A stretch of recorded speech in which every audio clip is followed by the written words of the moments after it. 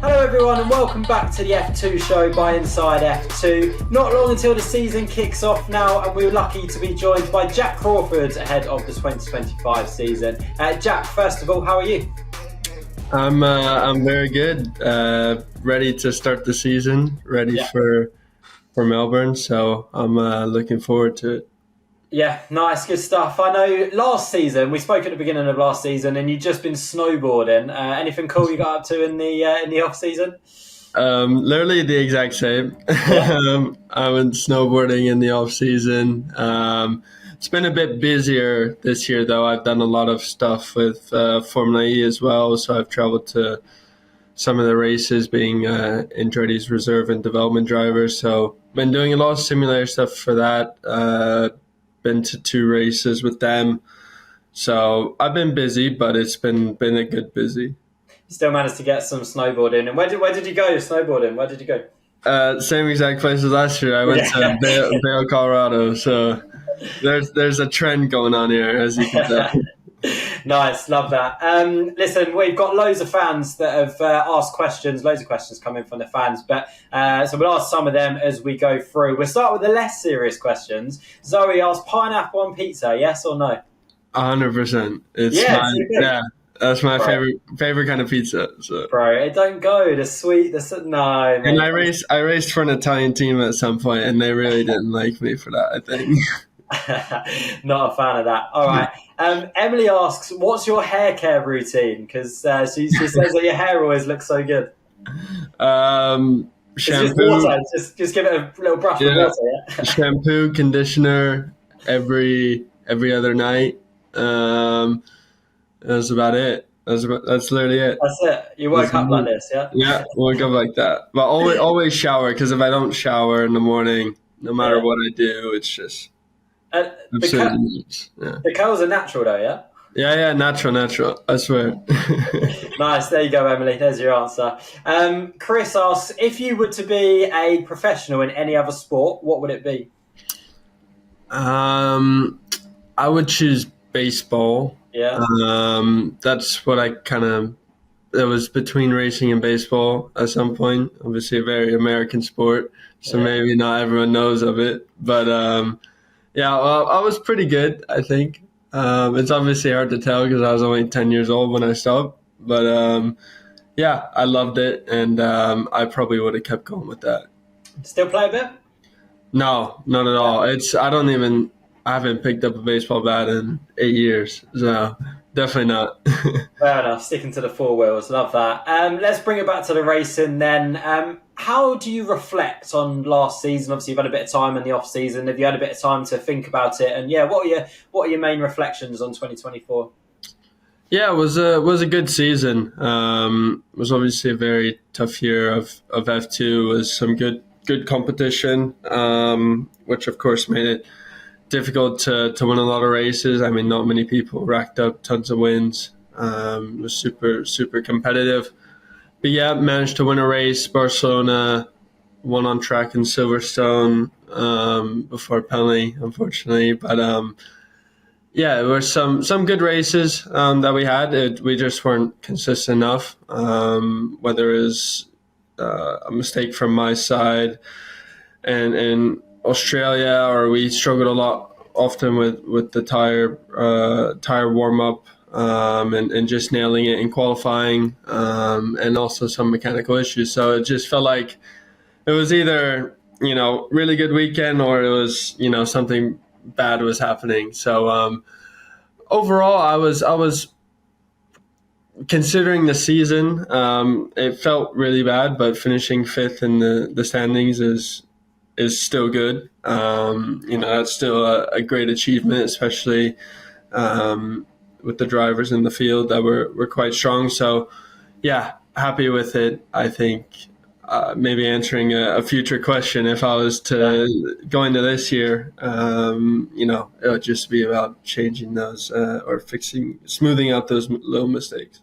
Yeah, definitely. You spoke about the wins, obviously Barcelona. This, I was stood with your dad when you won in Silverstone, across the line in Silverstone. I'd met him on the Sunday morning, and you drove such a good race that race. It was such a shame that you ended up obviously losing that win. Would you say that was your best drive of the season, or even though you obviously won the race in Barcelona? Yeah, I was literally talking to my dad about an hour ago, and we were actually talking about that race for some reason and how it was like one of my best races. Yeah, it was definitely my best race, best driven race. I'd come from seventh on the grid. I didn't have an amazing qualifying. Had a great start. Was basically in fourth, and yeah, we were fighting battle for first, and then I took the lead with I remember about 14 laps to go, and then literally the lap I took the lead, they said I had a 5 seconds penalty. So then it became really one of my favorite races where I was just able to push flat out for the whole race, which was honestly one of the best feelings ever. So it was definitely my best race, even though I wasn't able to build that 5 second gap, especially coming from seventh on the grid, I think. So. Yeah, definitely. Matt asked, what did you learn on a personal level from your former teammate, JM Correa, last season? On a personal level, I think just to be a bit more confident. He's very confident and outspoken about everything. So yeah, I mean, whether it was ordering food at a restaurant or trying to get a taxi or waiting in line at the airport, whatever it is. But was able to learn things like that from him. Yeah, I mean, it must have been great. Obviously, he's a few years older than you, isn't he? So it must have been great to spend some time with JM and I guess on track as well. Take some of his experience from everything that's happened in his career. It must have been a great benchmark and a great person to be your teammate last year. Yeah, it was. He was super funny, and we got along well. And of course, he has had so many experiences in racing. So it was good to be teamed up with him. I think we worked well. I think it was good for the team as well. So. Yeah, definitely. Love that. Emily asks, why did you decide to stick with Dams for this season? So, yeah, I guess talk to us about that process. I guess Dams are moving in the right direction, right? So is that why you decided to stick with them for 2025? And were there any other options? Were you ever considering going elsewhere, or was it always Dams? No, it was always Dams. I mean, quite early on, even when I signed for them at the end of 2023, I had talks with my management that basically if I did a third year in F2, I was going to stay with Dams, and we were just going to build on second year, especially if the car was good, and the car was good last year, and I felt like the main reason why I came back, why I wanted to stay with them, is because the highs were so good. I feel like if we could be more consistent at that, or just even be a little bit better consistency wise every weekend, then we can have a really good year together. Yeah, definitely. Okay, Kieran asked about your relationship with your new teammate, Kush Maney. Obviously, you've had pre-season, I guess, where you've spent a bit of time with him. How are you getting on with Kush so far? Yeah, it's going good with Kush. Obviously, been racing with him for a couple of years now. And I remember our first year of F2, we were always around each other. Sometimes not, and it never ended the best way, but we were always able to talk it out and still be good friends off track after that. So yeah, lots of respect for Kush and what he's done in F2 so far, and great to have him as a teammate as well. We get along well, and it's good for us to be working together. We're really able to push the team together, I feel, and especially having two experienced drivers in the team. We know what we want. We know what's right. We know what's wrong. So it's really good for the team to have us. Probably, I might say probably the strongest lineup in the grid this year. I think that's fair to say. I do think that's fair to say. I would hope so. Yeah. Why not? Both experienced drivers, third year. Yeah, exactly. I'm going to back that. Best pairing on the grid. Ollie asked, who would win in an arm wrestle between you and Kush? I don't know. So yeah, we need to do that. Definitely, my trainer would beat his trainer. Yeah. So that I think so. But I don't know if I would beat him. So I guess Melbourne. we'll have to test it out. But I would like to Let's think go. I have the advantage because Kush is a bit shorter than me, so I'm just overall much heavier. But I mean, I guess he has more room to put on weight. So who knows? Who knows? Listen, when you've done that at some point this season, you'll have to let us know who wins in an arm wrestle, all right? How was testing? How did the car feel in testing? Yeah, what's your early thoughts for 2025? Yeah, I mean, I'll be honest with you. Testing wasn't great. Okay. It was we were fast, but it never panned out to anything. Basically, I never did a lap on soft tires at all. Even though we have 3 sets, I just had a mechanical issue and then some red flags, and I never got a lap on it. So I never got to be competitive like we were in the race weekend last year in Barcelona. But still, we had a bunch of runs on hard tires and race runs that were very positive. And I feel like we're moving in the right direction. I still feel we have a lot of work to do before Melbourne, as most people do. But even though the results didn't show great, I'm still very confident for the season and still feeling much better than last year when I had a great preseason testing. So. Okay, that's good to know. That's good. And if the pace is there, then yeah, that's all that matters, right? Yeah, exactly. Definitely. I do have to ask, you got disqualified in testing. I've never heard anyone get disqualified in testing. How did that happen? What happened? I'll be honest, I have no idea. Okay. I saw it on social media, I think about 2 days after the test. I didn't even know I'd been disqualified. I, Okay. I had no idea. So I'll have to ask my engineer about it when I go to the workshop. I've never heard of that. That's the first, like, being disqualified in testing. But I also saw there were like a bunch of people disqualified in the end. Yeah. I don't I know think it why. was you, the two Rodins, and Max Esterson in a Trident. So, yeah, no idea. It's a bit It's random. related to tyres. It's related to tyres. It was Article 10.2, whatever the article is, but it was related to tyres. So I don't know what. Huh. I need to check that out. Fair enough. I won't ask about that.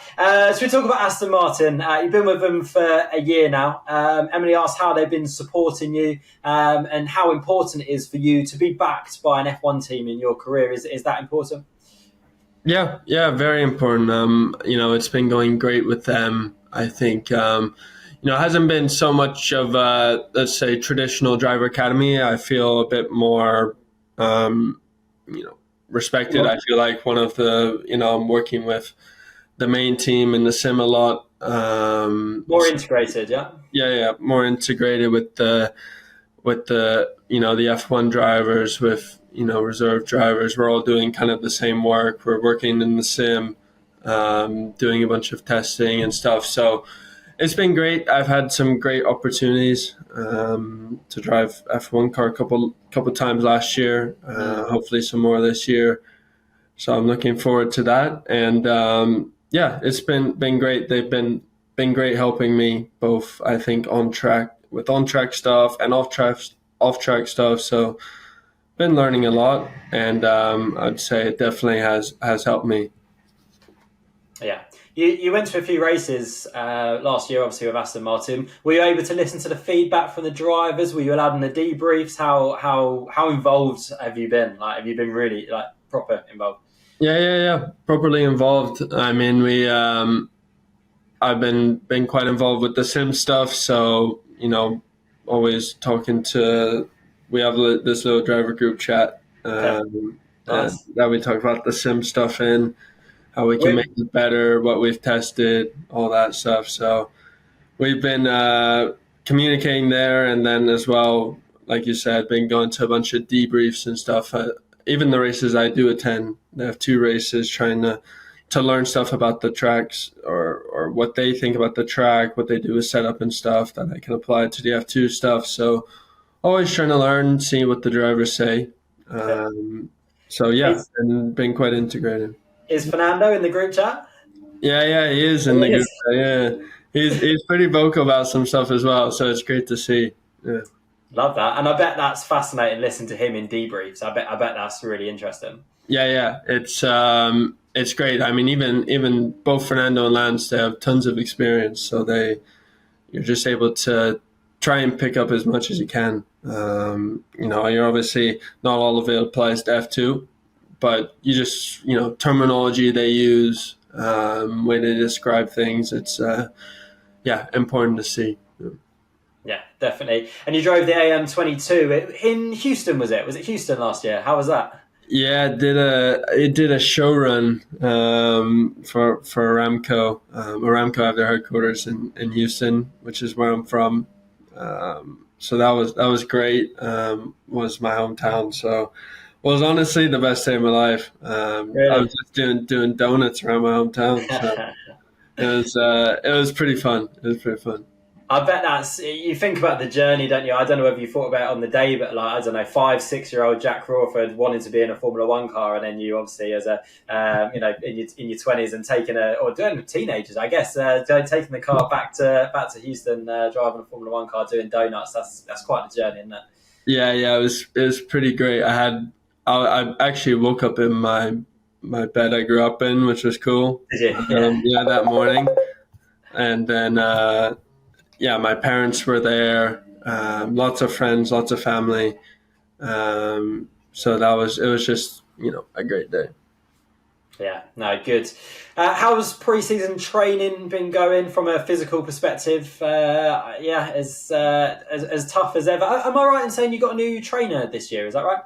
Yeah, that's right. So yeah, it's been going good. We started working together last November, and it's been going good.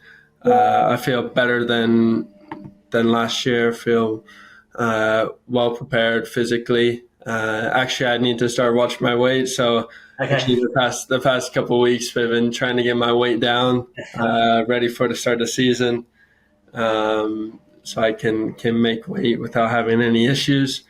But yeah, it's been great, and feel physically better than ever. How do you go about doing that? Is that a lot of cardio? Is that how you do that? Yeah, so over from November to January was mix of everything, heavy on the weight, lots of cardio. Now it's just cardio every day, limiting what I eat, trying to slim down as much as possible, to make weight. So. I'd rather you than me with the cardio, mate. So I'll leave that to you. Cadillac are joining Formula One in 2026. How big is that for American motorsport? That's quite a big deal, right?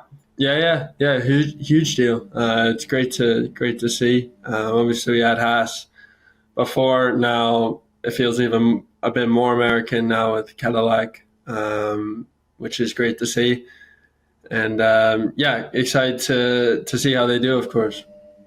And if they want an American driver in a seat, is that? I know. I'm ready. I'm ready. I would love to race in Formula One, obviously. So, opportunity arises, I would take it. 100%. There you go. What better way for Cadillac to join Formula One with the 2025 Formula 2 champion from America?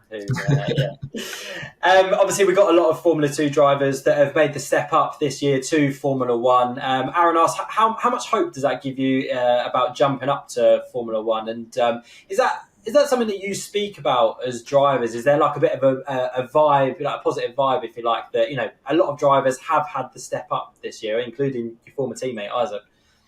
Yeah, it's great to see. I mean, I was teammates with Ollie before. I've been teammates with Isaac more recently.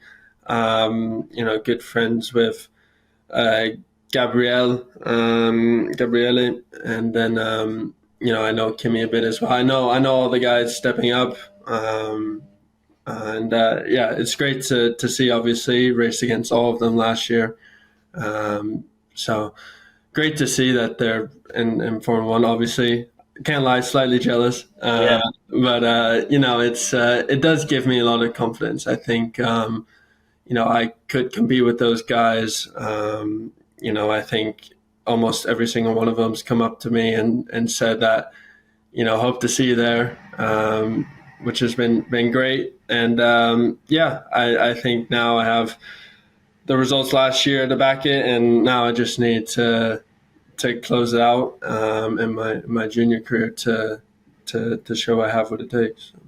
I mean, 2023, you and Isaac in the same team at High Tech, and you beat him, right? Yeah, so yeah, that's straight at the top of the CV, right? Being a Formula One driver.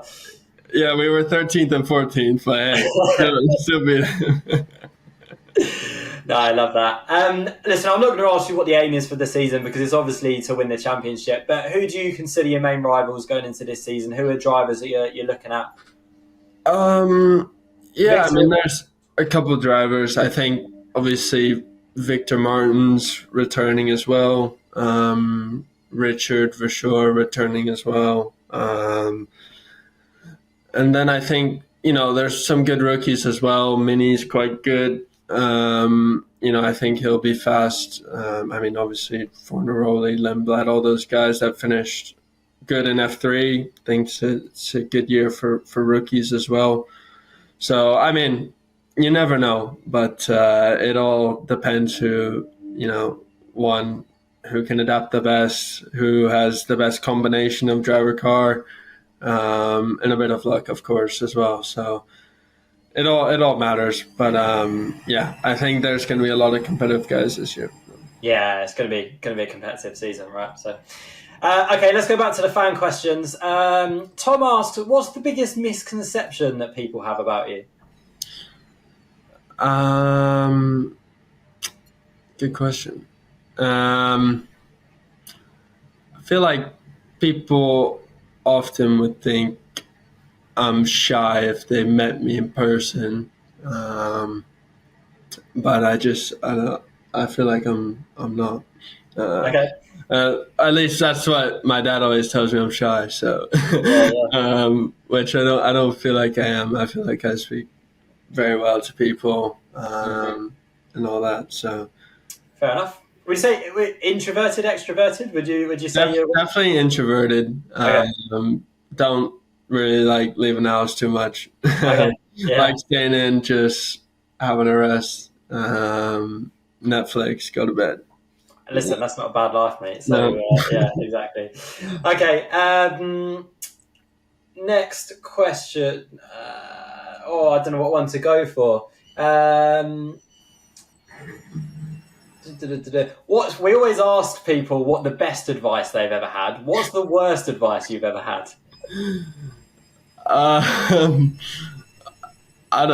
can't even tell you the worst advice. I mean, I don't know. I don't feel like there's just bad advice. I feel like if there's any just bad advice, you kind of ignore it. Ignore it. Yeah. Okay. No, I couldn't think of any bad advice I've been given. Nothing that comes to mind. No. Yeah. Okay. Jenny asks, of the races that Formula 2 aren't at on the Formula 1 calendar, which one would you like to go to? Is that COTA, Miami? Is that Vegas? Yeah, that's what I should say is COTA. But if they could put the Suzuka track at COTA, that would be better. Mate, Suzuka in a Formula 2 car would be cool. I would love Suzuka so much. They could just put that in Texas. That'd be great. Yeah, that'd be good. Yeah, Sao Paulo. Would you fancy Sao Paulo?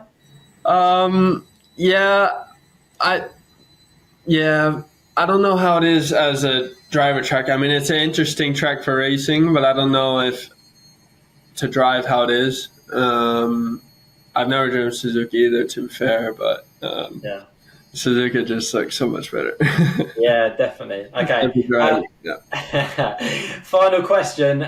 You can race the Aston Martin hypercar and you get to pick both your teammates. One has to be a current driver. One has to be a driver from the past. Who are you going for? I'll go for Verstappen. Okay. Current driver. One from the past. Who's trying to think who'd be a great teammate in endurance. I mean, Michael Schumacher obviously is one I would think of. Yeah, we'll go with him. Schumacher and Verstappen. Max and Michael Schumacher is not a bad little lineup alongside yourself. So. I feel like that would be almost a pretty easy win. So. No, love that. Listen, Jack, it's been great to have you on the podcast again. Have you got a message for your fans ahead of the 2025 season? I hope to come out on top. Yeah, make America proud. So. Short and sweet. Love that. Listen, Jack, from all of us at Inside F2, we're wishing you all the best of luck for this season. And there's lots more coming up from us at Inside F2 before the season starts, including our pre-season podcast. We got our pre-season predictions video coming out very soon, which I know you guys always love. And we've also got an interview with Sebastian Montoya, which is out now, so you can go and check that out on our YouTube channel, on Spotify and on Apple Podcasts. You know what to do. Make sure you hit that subscribe button so that you don't miss any content before the start of the season. But from me, Fraser Ford, and all of us here at Inside F2, we'll see you next time.